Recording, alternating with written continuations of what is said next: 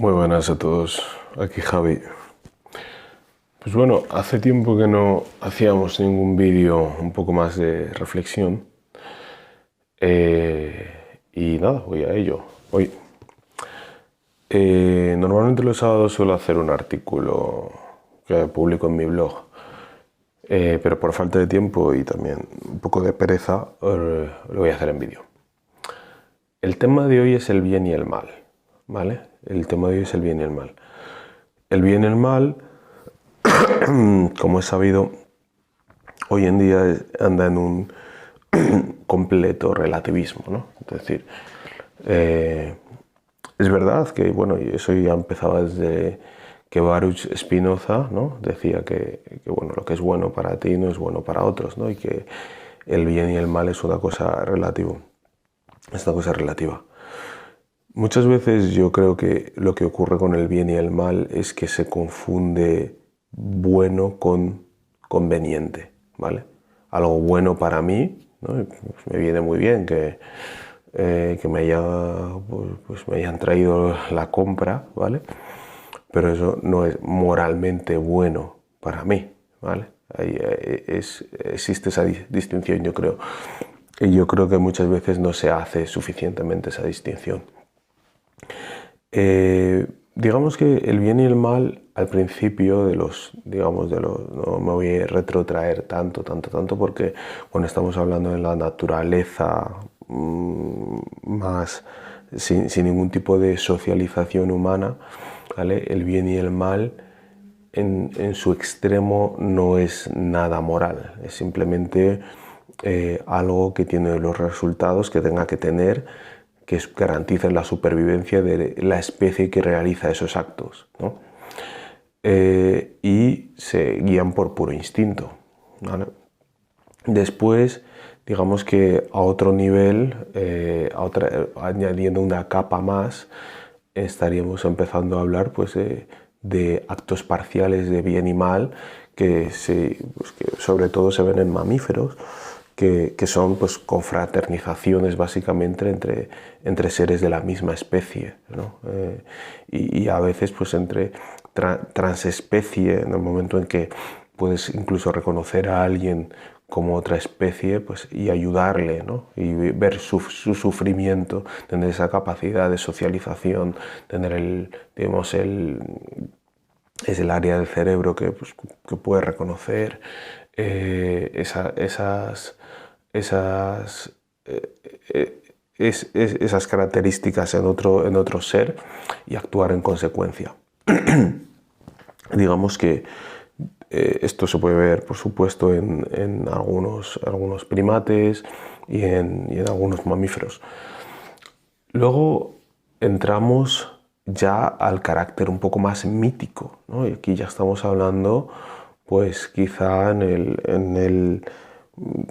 prácticamente desde el Paleolítico Superior, ¿no? Hace 200.000 años, en el que empezamos a hablar de chamanismo, empezamos a hablar de tribus, de cuevas, de aldeas, en las que el bien y el mal pues es lo que diga ese ser que interpreta, ¿no? a Dios y sabe que si sacrificas a la niña más bella en el pues lloverá y habrá cosechas, ¿no?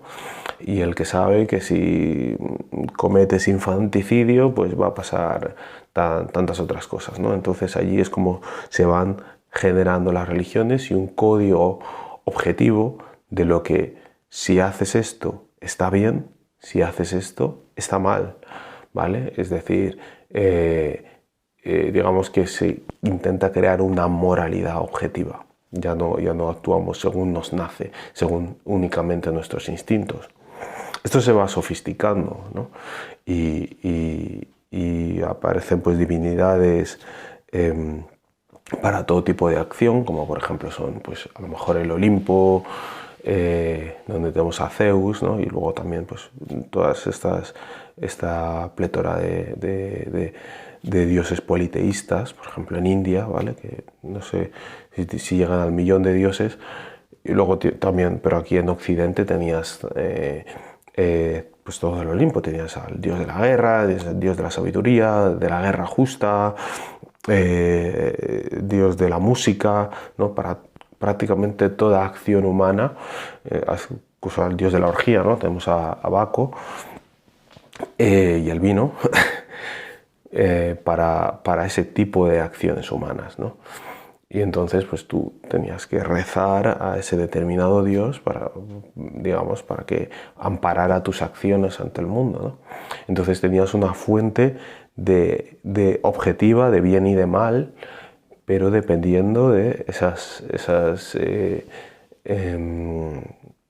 de ese Dios, ¿vale? Pero, o sea, que podían contradecirse entre ellos, pero bueno, todos eran dioses y tal. Luego tienes a las religiones monoteístas, en las que la ley es igual aquí ya para todos, ¿no? Siempre y cuando te conviertas a mi fe, ¿vale? No es lo mismo los derechos que tiene un cristiano que un no cristiano, digamos en esa época, evidentemente, estás hablando de Cristo.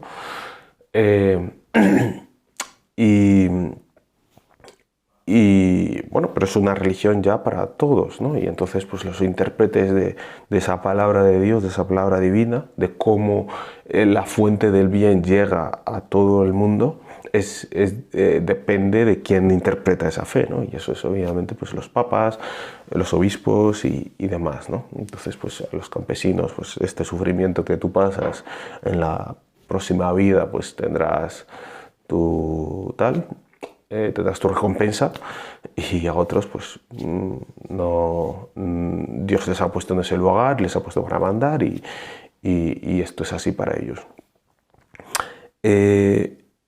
Bueno, el tiempo pasa, ¿vale? Y ocurre, todo esto estamos hablando ya pues cuando empieza a haber una decadencia de la institución eclesiástica. Todo esto pues es verdad que me estoy centrando totalmente en la historia de Occidente y demás, pero empieza a haber esa decadencia, ¿no? Y los protestantes están viendo pues que, bueno, no existían los protestantes aún, pero los que se iban a convertir en protestantes están viendo que, oye, que yo creo en Dios y todo esto, pero es que estoy viendo que los que interpretan esas leyes se las están saltando todas y son unos ladrones y unos corruptos, ¿no? Entonces, ¿yo por qué no voy a vivir como quiero vivir? Pues creyendo en Dios, ¿no? Entonces, pues se forma esta nueva, digamos, religión, en la que pues la palabra de Dios no la interpretas tú, señor cura, sino que la interpreto yo a través de leer literalmente lo que Jesús dijo, ¿no? Entonces pues ya me quito al middleman, al señor en el medio y tal, ¿no? Eso evidentemente luego a día de hoy pues son farsas, ¿no? En el que pues se generan diferentes sectas, ¿no? En la que pues cada uno son dueños de lo que dicen, y entonces pues cada uno pues son el propio intérprete de la palabra de Dios, y a la gente yo les guío por donde a mí me apetece, ¿vale? Entonces estas son las nuevas fuentes de bien y el mal. Esas sectas pues obviamente pues, se generaron en ese momento, y a día de hoy evidentemente todo el mundo sabemos de ese tipo de sectas también. En mitad de esto siempre hay una tendencia de cierta gente a creer en el carpe diem, ¿no? ¿Vale? Porque todo esto estamos hablando de visiones trascendentales, ¿vale? Estamos hablando son religiones evidentemente trascendentes, es decir, la recompensa por mis acciones está cuando yo me muera, en la otra vida, ¿vale? Pero yo quiero vivir el presente, yo quiero vivir el ahora, ¿no? Y en eso estamos, sobre todo hoy en día. Entonces tenemos un hambre hedonista muy fuerte, ¿vale? Esto ya existía también en la Grecia, ¿no? El hedonismo de Aristipo pues estaba allí, y es básicamente la concupiscencia, el placer físico, ¿no? Lo que me cause placer, pues eso es lo que a mí me interesa. Y hoy en día estamos en un ambiente bastante hedonista, ¿vale? Lo que buscamos es lo que me cause placer, lo que me haga sentir bien, ¿vale? Luego hay pues hedonismos un poco más sutiles, ¿vale? Luego estamos hablando de los epicúreos, en los que incluyen también el placer intelectual, y lo elevan un poco pues, por encima del mero instinto de los animales. Pero hoy estamos en un ambiente muy hedonista, ¿vale? Entonces, ¿cuál es un poco la filosofía? Además, juntado con el derecho natural, en el que pues todos tenemos una igualdad moral, en la que si yo no te daño a ti, pues, oye, mi acción es perfectamente legítima, ¿vale? Y siempre hay digamos, ese estrechamiento entre el derecho y la moral, ¿vale? Porque yo siempre he creído que el derecho es como una plasmación de la moralidad de una sociedad en forma de leyes, aquellos actos que se quieren hacer suficientemente explícitos y que quedan fuera de la ética personal de la gente, se convierten en esa moralidad para un grupo y una comunidad determinada. Entonces, junto con el derecho natural, igualdad moral de los demás, pues oye, cuando yo no te haga daño, esto es legítimo, ¿vale? Y pues eso unido a que mi moralidad está basada en que yo busco el placer, pues ya está, ¿no? Y entonces, pues hoy en día nos encontramos con que todo acto es perfectamente moral siempre y cuando no haga daño a nadie, ¿vale? Y que a mí me haga sentir bien, ¿vale? Pero eso no es lo que es la moralidad para mí, ¿vale? Al final, pues estamos diciendo que los actos morales se basan en eso, en no dañar a los demás. Eso es una buena receta para cómo no ser malo, pero no es una buena receta para necesariamente ser bueno, porque para ser bueno tienes que hacer actos positivos hacia esa bondad, ¿vale? Y allí es cuando me gustaría recurrir, me voy otra vez al siglo XVIII en busca de Kant, ¿vale? Y no es que me vaya a hacer una exquisición de Kant, pero aparte del sapere aude de Kant, que es atrévete a saber, que se convirtió en lema de la Ilustración, otra cosa que era muy, muy famosa de Kant es esto que ya dijo en su crítica a la razón pura. Decía que, bueno, no lo voy a reproducir literalmente porque creo que no me lo sé, pero que es básicamente que la máxima que te lleve a obrar, ¿vale? Aquella máxima que te lleve a realizar determinada acción, deberías convertirla en universal, ¿vale? La máxima que tú creas que honestamente te ha llevado a hacer determinada acción es la que deberías convertir en universal. Una manera popular de decirlo es trata a los demás como tú quieres que te traten a ti, ¿no? Es decir, al final la medida de mis acciones voy a ser yo mismo. Y esto es una manera principal, no es una manera circunstancial, no se basa en que no te he hecho daño, así que da igual, sino que yo actúo de manera principal, en forma de principio, ¿vale? Si yo, por ejemplo, vengo y bebo alcohol todas las noches aquí, en mi casa, eso no es una acción inmoral, no estoy haciendo daño a nadie, ¿vale? Pero si yo actuase así por principio, si yo quisiera que esta actitud se universalizase, ¿sería buena? No, ¿vale? Pues es una acción inmoral. Pero si yo vengo y lo que hago es beber, pues de vez en cuando una copita, un trago, tal, porque me ayuda a relajarme, a desestresarme de vez en cuando, y también lo combino con deporte y tal, ¿esto es una actitud que si se universalizase sería buena? Sí, sí lo sería, ¿vale? Y eso es actuar con principio. ¿Qué pasaría si todo el mundo dejase de ser médico y todos se fueran influencers y se dedicasen pues a ir a restaurantes grabando a todo el mundo a comer?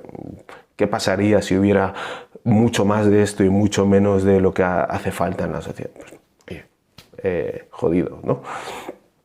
Que no, ahí hay áreas grises, ¿vale? Que no significa que todo el que adopta una profesión, pues si toda la sociedad se dedicase a hacer esa profesión, la sociedad sería disfuncional, evidentemente. Entonces, pues no tal, sino que habría que medirlo con otros parámetros.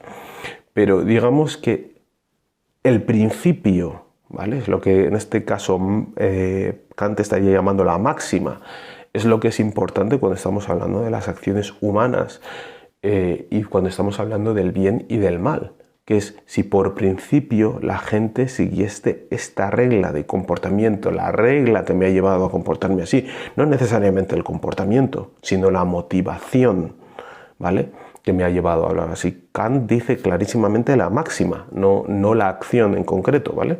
Es verdad que en mis ejemplos yo he dado solo la acción, pero estamos hablando de los motivos, ¿vale? Si esto se generalizase, sería bueno para la sociedad. Vale, esto es hablar de manera principal y no solo basado en que no he hecho daño a nadie y me hace sentir bien, porque oye, a muchos criminales les hace sentir muy bien lo que hacen, ¿no? Y no ha hecho daño a nadie, pues muy bien, pues hay muchos actos autodestructivos que no hacen daño a nadie, excepto a ti mismo, y que al final indirectamente sí que acaban haciendo daño si hay alguien a quien le importas. Entonces, pues nada. Creo que lo voy a dejar allí. Hoy ha sido un vídeo me ha quedado muy intelectualista, creo, no sé. Ya me diréis. Espero que os haya parecido interesante y nos vemos en el próximo vídeo. Un saludo.